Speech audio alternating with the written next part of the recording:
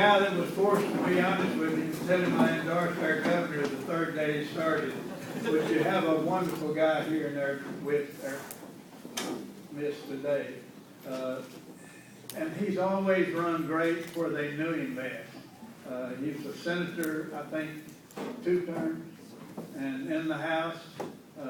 He helped kill the bad partial birth bad bill. He's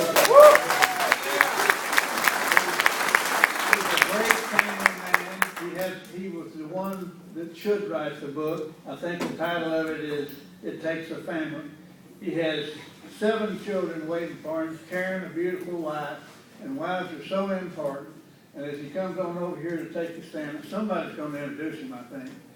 But I remember John Glenn when he was running for president, and he was having a hard time. He came home, his wife stuttered a little. She was a wonderful lady, but she was really mad because he was late for a deal.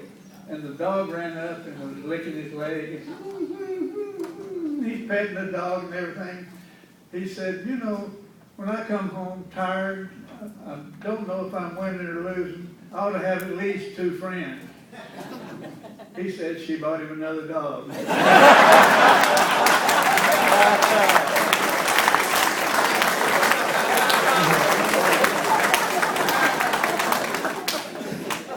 I better get a second dog then. Thank you very much, Ralph. It's a pleasure to be here in your hometown, and what a great American and you have here in Ralph Hall, who has just been a stalwart conservative in the Congress. Well, you know, I served 4 years in the Congress with Ralph, and one of the true gentlemen of the House. And so thank you for continuing to send this man back to Congress. And he brings a little civility and sense to the body. So thank you, Ralph. Thank you for taking the time to come and be with me here today. I appreciate it.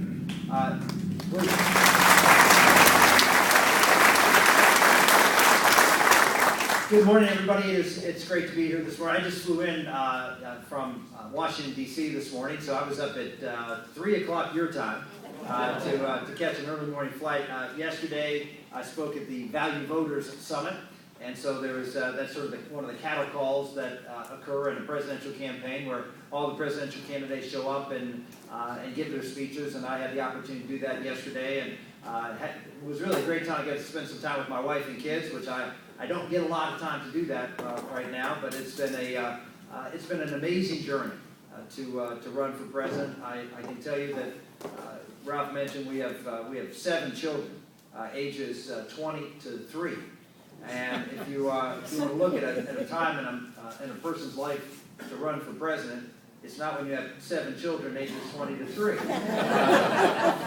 And our little girl, who is just a little miracle, she was born 3.5 years ago and was given a life expectancy of a week and when she was born. And she has been a great blessing. She still is. She has a disability that still has a very, very tenuous, and she all likelihood will not be with us long. So it's a very difficult thing to do, to get to walk away from your family and do these things. But I always felt that this election, as I was involved in, some of you have heard me on the radio here on Friday mornings with Bill Bennett's Morning in America, and you've seen me on Fox, and you've seen me do a lot of other things. I just felt that this was an election different than any election I've ever been involved with, and I actually think it's the most important election in our lifetime, and maybe since the election of 1860. I really do believe this is a turning point in the history of our country. And I looked at my little girl, and I prayed a lot about it.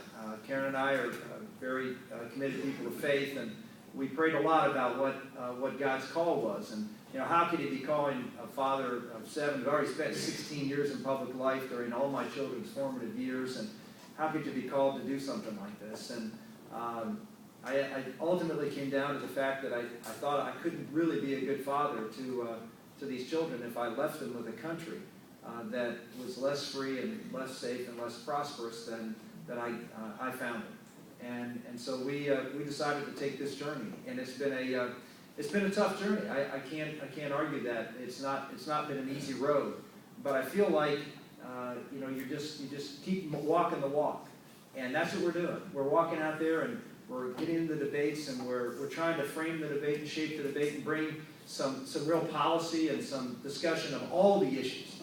Everybody wants to talk about economics. I talk about economics too.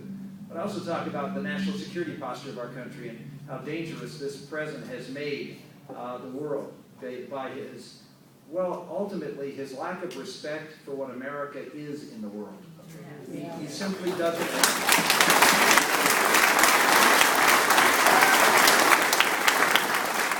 He doesn't appreciate American exceptionalism. He doesn't understand what that is. He was asked that question once. Do you believe in American exceptionalism? And his answer was, I believe in American exceptionalism like the Greeks believe in Greek exceptionalism and the British believe in British exceptionalism. Mr. President, you don't understand what America is, if you can say that. America is truly a country that changed the world. Changed the world. And it did so because of its belief in you. The Declaration of Independence, I know we have some Tea Partiers here, and I love you. Thank you for what you've done in revitalizing the conservative movement. And I know the Tea Partiers love to hold up their Constitution and say, well, is this in the Constitution? And the Constitution is this. But the Constitution is just one of the two important documents in this country's founding. The Constitution is the how of America. It's the operator's manual. And the Tea Party is right to make sure that as we operate America, we do so consistently with the rules. But the why of America was in another founding document, the Declaration of Independence. And the Declaration of Independence was that transformational document. There have been other constitutions, certainly not exactly like the United States, but there are others. The French Constitution during the French Revolution was not dissimilar to the American Constitution. But look at what happened to France. The guillotine, tyranny, mob rule. Yet, it was a beautifully written constitution. But what happened? What happened was, they had no Declaration of Independence with the words that we had. The foundation of America. America is not a country that is based on ethnicity. You don't call yourself an American because you're ethnically American, like you call yourself French because you're ethnically French. I could move to Albania and live in Albania for 50 years. I'd never be an Albanian. But you can come to America, as my grandfather and father did, and step on this soil and be an American at that very moment. And in fact, there are people around the world who see themselves as Americans, even though they just wish to be us. Why? Because America is an ideal. America is a vision for how people should live. And that ideal is captured in the Declaration of Independence. The Declaration of Independence, words that you all know, at least if you were educated in public school more than 20 years ago, you probably all know.